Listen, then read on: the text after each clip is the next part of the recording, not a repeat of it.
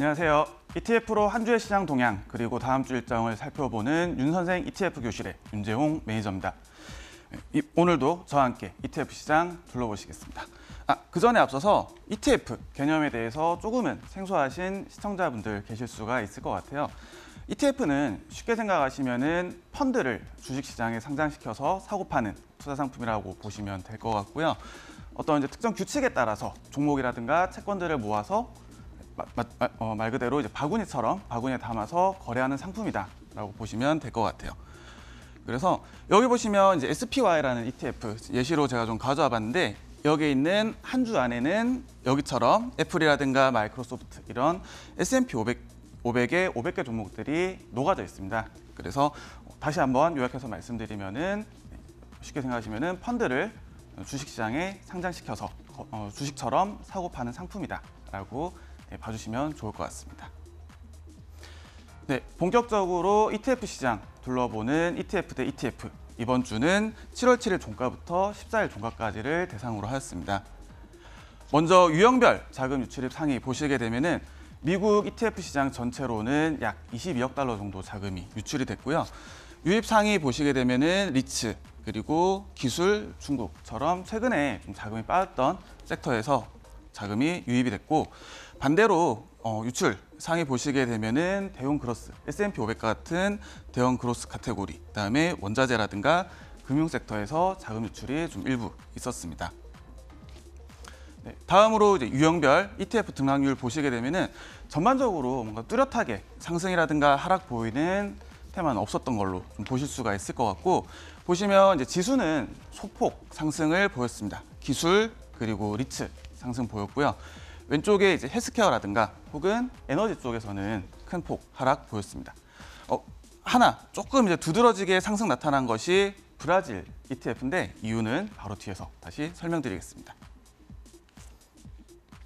먼저 상승률 상위 ETF 보시겠습니다.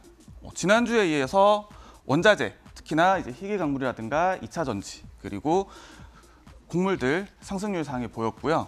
특히나 MSCI 브라질 인덱스를 추종하는 EWZ 같은 경우는 최근에 브라질의 좀 긍정적인 이슈들 나오면서 좀 상승을 보였습니다. 첫 번째로는 코로나 부담 소폭 좀 완화가 됐고 특히나 그러다 보니까 최근에 브라질 경제국에서 브라질의 올해 경제 성장률 전망을 3.5%에서 5.3%로 크게 상향을 한 것이 상승 원인이라고 보시면 될 것 같습니다. 다음은 하락률 상위 ETF 보시겠는데요. 지난주에 이어서 BDI 운임지수, 블록체인 그리고 태양광까지 좀 큰 폭 하락 보였습니다. 특히나 베트남 같은 경우도 최근에 좀 확진자 수가 굉장히 늘었죠. 그렇다 보니까 부담감 때문에 하락률 상위에 이름을 올렸습니다. 좀 구체적으로 좀 보시게 되면은 우선 상승률 상위에서는 희귀광물 ETF가 지난주에 이어서도 역시나 강세 흐름 이어가고 있는 모습입니다. 한국에서도 좀 굉장히 강한 모습 보이고 있는데 2차 전지 산업 관련해서 어떤 수요 확대라든가 그리고 공급 부족 이런 것들 맞물리면서 상승 흐름 계속 이어나가고 있고요. 반대로 블록체인 산업 앞에서도 계속 얘기가 나왔지만 최근에 악재들이 많이 겹치고 있죠. 제롬 파월 연준 의장의 발언이라든가 혹은 위즈덤 트리가 제출한 비트코인 ETF의 출시 연기라든가 이런 것들 겹치면서 최근에 좀 지속해서 하락하는 모습 보이고 있습니다. 네, 다음은 다음 주 관심 ETF 보시겠습니다. 주요 일정과 함께 좀 보실 텐데 우선 다음 주 19일, 20일, 22일 연속으로 해서 주택 관련된 지표들이 계속해서 좀 발표가 됩니다. 이와 관련해서는 주택건설 관련 ETF들 보실 수가 있겠고요. 다음에 7월 21일에는 미국채 20년물 입찰이 예정되어 있습니다. 이번 주 초반에 30년물 입찰이 다소 부진하면서 시장에 충격을 미쳤었는데 다음 주에도 역시나 같은 영향을 줄 수 있을지 한번 살펴보시는 것도 중요할 것 같습니다. 그리고 다음 주 주중 내내 실적 발표가 계속 이어집니다. 이번 주에 금융주를 시작으로 해서 실적 발표 시즌이 개시가 됐는데 다음 주에는 마이크로소프트와 같은 정보기술 그리고 코카콜라와 같은 소비재 기업들이 굉장히 실적 발표가 많이 예정이 되어 있습니다. 그러다 보니까 정보기술 섹터라든가 혹은 소비재 섹터 ETF들도 아울러 같이 보시면 좋겠습니다. 네, 이번 주 윤 선생의 픽 주택건설 ETF입니다. 이번 주 픽은 이게 좀 괜찮아 보일 것 같아요 라는 개념보다는 조금은 조심해보자 라는 의미에서 좀 가져왔는데요. 여기 보시는 ITB 주택건설업 ETF의 경우에는 최근 1년 S&P 500 대비해서는 굉장히 좀 선방하는 모습 보여왔죠.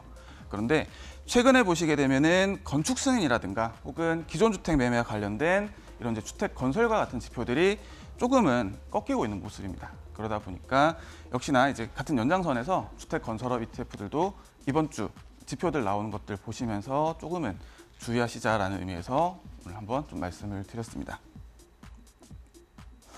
네, 코너 속 코너 다음 주에 사면 배당 받는 종목 오늘 살펴보실 텐데 첫 번째로 종목은 이제 캐터필러입니다. 7월 19일 배당락이 예정이 되어 있고 7월 18일까지 매수를 하시면 이제 배당을 받을 수가 있겠고요. 특히나 이제 캐터필러 같은 경우는 이번 회차에 배당금 증액을 7.8% 정도 예정을 하고 있습니다.